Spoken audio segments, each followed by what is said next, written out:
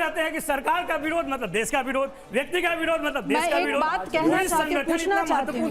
नवल जी बहुत सीधा सवाल है, पार्लियामेंट बहस कर, क्या ये असंवैधानिक है यूसीसी आपके हिसाब से? ये कौन कह रहा है? ये सवाल ही आपका गलत है। मैं संविधान के अंतर्गत आप ही ने बोला, संविधान के अंतर्गत है। आप ही ने बोला अभी। नहीं, मैं आरजेडी से एक सवाल पूछना चाहती हूं। जो परिस्थिति है, एक आयोग जो अध्ययन किया है, 185 का रिपोर्ट पब्लिक डोमेन में है, आप पढ़ना नहीं चाहते हैं। उसके बाद आपने अगर उस रिपोर्ट को चर्चा करवाया पिछले 5 साल में, अगर आप सिंसियर होते तो आप करवाते ना।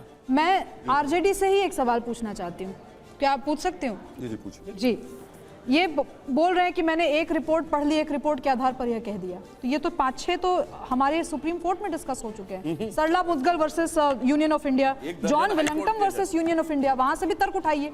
और मैं आरजेडी से सवाल पूछना चाहती हूँ, उनका कहना है कि माहौल नहीं बना देश में इतने सालों में कि यूनिफॉर्म सिविल कोड पर डिस्कशन हो सके। आपके नेता जो कि सबसे ज्यादा यादवों और मुसलमानों की यूनिटी की बात करते थे, लालू प्रसाद, सुनिए सवाल तो सुनिए, बिना सवाल सुने क्यों डर रहे हैं?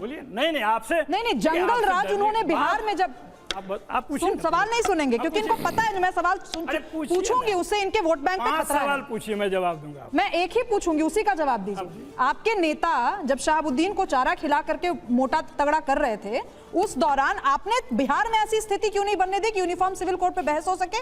हमारा बिहार प्रोविंस से जो नेता पहुंचे संविधान सभा में, उन्होंने समर्थन किया था यूनिफॉर्म सिविल कोड का। उनसे ही बड़े नेता हो गए थे क्या लालू प्रसाद यादव? और आज उनके पुत्र राज कर रहे हैं बिहार पर। आप लोगों ने कौन सा माहौल बना दिया कि यूनिफॉर्म सिविल कोड पे बहस हो सके? आपका मॉरल राइट नहीं है पूछने का, नैतिक अधिकार ही नहीं है आपको बात करने का। यही सवाल है, पूछिए।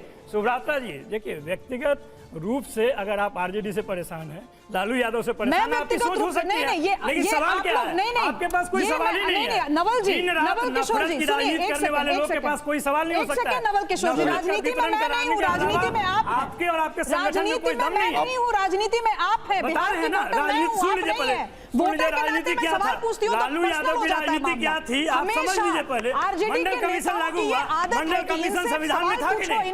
मंडल आयोग का रिपोर्ट जो आया था संविधान संगत था कि नहीं? मंडल कमीशन का जब सरकार बन रहा था, बीपी सिंह समय सरकार में थे कि नहीं? मंडल कमीशन लागू हुआ, बीजेपी बाहर के समर्थन के वापस लिया। जब संविधान संगत बातें हो रही थी इस देश में, आप रोड पे सड़क पे आग लगा रहे थे। कुछ जमात के लोग हैं आप। क्या बात कर रहे हैं? मंडल कमीशन जब लागू हुआ वो संवैधानिक था कि नहीं? बताइए सुधांशु जी, संवैधानिक था कि नहीं? जब आग क्यों लगा रहे थे? को उसकी हक दी जा रही थी, वो भी संविधान सभा में। शायद उनको याद ही नहीं है। इस तरह की बात मत कीजिए ना। किस समाज से हैं आप? कौन सा? एक नेता एक नॉर्मल वोटर को कह रहा है आप जिस समाज से आते, आपका खून नहीं खोल रहा। मैं संगठन की बात कैसा खून है आप लोगों का, युवाओं का? नवल जी मेरा सीधा एक सवाल अगर नेता से पूछ दो तो वो पर्सनल हो जाता है। करने का तो ट्रेनिंग ही आप लोगों की। नवल जी मेरा सवाल बड़ा सीधा था कि आप यूसीसी के पक्ष में, और वो उल्टा वोटर को बोलता है और आप लोग बैठे चुपचाप, किसी को कोई प्रतिकार नहीं। ये भी कहते रहे हैं कि बूढ़ा बाल साफ कहो, लालू यादव ने कहा है। आपको चुनौती देता हूं, आप एक डॉक्यूमेंट दिखाइए। आप कहा नवल जी कहाँ चले गए आप? ये प्रचार करते करते तो आपका नवल जी क्या किया छोड़ करके मुझे दिल्ली आना पड़ा? क्या लालू यादव को बिहार और देश के राजनीति में? लालू यादव पे डिबेट नहीं कर रहे हैं हम लोग। वही चर्चा है ना। अरे लालू यादव पे डिबेट नहीं, इन्होंने सवाल ही पूछा आरजेडी और लालू यादव पे, तो जवाब किस आपकी पार्टी पे डिबेट नहीं। एक मिनट दे दीजिए। ये लालू यादव पे डिबेट नहीं। हम लोग मुद्दे पे आ जाते हैं। हम लोग मुद्दे पे आ जाते हैं। जवाब दे रहा हूं ना, आपको क्यों नहीं पूछ रहे? आप पूछ रहे हैं मंडल कमीशन के खिलाफ में जो मंडल विरोधी लोग आग लगा रहे थे उसकी घोषणा करते हैं। नहीं ये तो ये विरोधी थे कि नहीं? सुब्रत नवल जी आप दोनों देखिए, अगर ऐसे बात करेंगे तो मुश्किल होगा। ना देखिए रुके रहमानी साहब मेरा सवाल, अब आप रुक जाइए दोनों जने। रहमानी साहब अब मैं मुद्दों पे आ रहा हूँ, एक एक करके पॉइंट्स पे आ रहा हूँ आपके पास। दिक्कत और परेशानी जो शुरू हो रही है, वो जो इश्यूज बताए जा रहे हैं, उसमें पहला इशू है बहु विवाह को लेकर के, जो 4 शादियां की जा सकती हैं। लोग कह रहे हैं ये हमारा अधिकार है, आप इसको क्यों हटा रहे हैं? मैं आ रहा हूं आपके पास, मैं आऊंगा, हो गया, मैं आऊंगा। नवल जी देखिए, अब मुझे पूछने दीजिए पहले, मैं फिर उसके बाद। आप इसके पक्ष में या विरोध में? ये खत्म होना चाहिए नहीं होना चाहिए?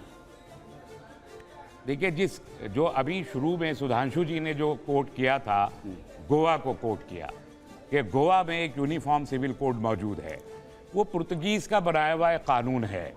1962 में जब गोवा भारत के साथ शरीक हुआ तो हमने उस लॉ को एज इट इज़ एडॉप्ट किया। वो कानून क्या है? उस कानून में बहुविवाह के बारे में ये लिखा है कि एक हिंदू पुरुष को शादी के बाद अगर 25 साल लड़की की उम्र तक बच्चा पैदा ना हो तो इस बीवी को मेंटेन करते हुए उसे दूसरी शादी करने का राइट है।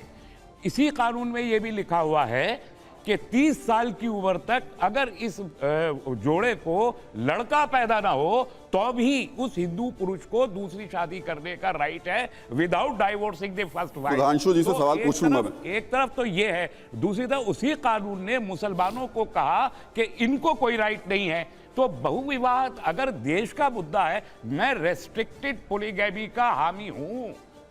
रेस्ट्रिक्टेड ऐसा नहीं है कि हर आदमी उठे और ये रेस्पेक्टेड क्या होता है? नहीं उसका ये रेस्पेक्टेड पॉलीगैमी क्या होता है? तो कि रिस्ट्रिक्टेड मामला में बहुविवाह के समर्थक हैं, एक से अधिक बीवी समर्थक हैं। कोर्ट के नाम पर क्या ये हिंदुत्व का एजेंडा है? Uniform civil code? आप बहुविवाह के समर्थक हैं, इसका मतलब आप भारतीय जनता पार्टी और जनसंघ के मैनिफेस्टो के अलावा इस देश के किसी पॉलिटिकल पार्टी के मैनिफेस्टो। रहमानी साहब, आप ये साफ तौर पर कह रहे हैं कि आप बहुविवाह के समर्थक हैं, यानी कि अगर यूसीसी में बहुविवाह हटाया जाता है तो आप रेस्ट्रिक्टेड।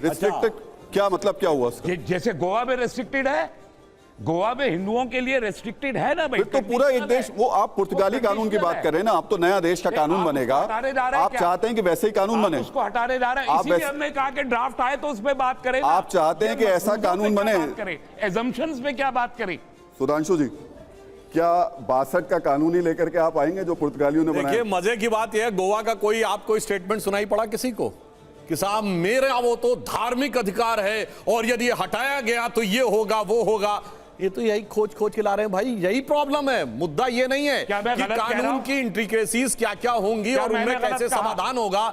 महत्वपूर्ण ये है कि साहब मेरा स्पेशल स्टेटस रहना चाहिए। और दूसरी बात, अगर भाई क्या आपने रिटर्न पे बोलिए, और गोवा से तो इतना अगर इनको एवर्जन है तो आपको पता है शायद 10 में से 9 लोगों को नहीं पता होगा, जो कास्ट शब्द कहते हैं ना, ये कास्ट शब्द इंग्लिश का नहीं है, ये पुर्तगीज भाषा का शब्द है।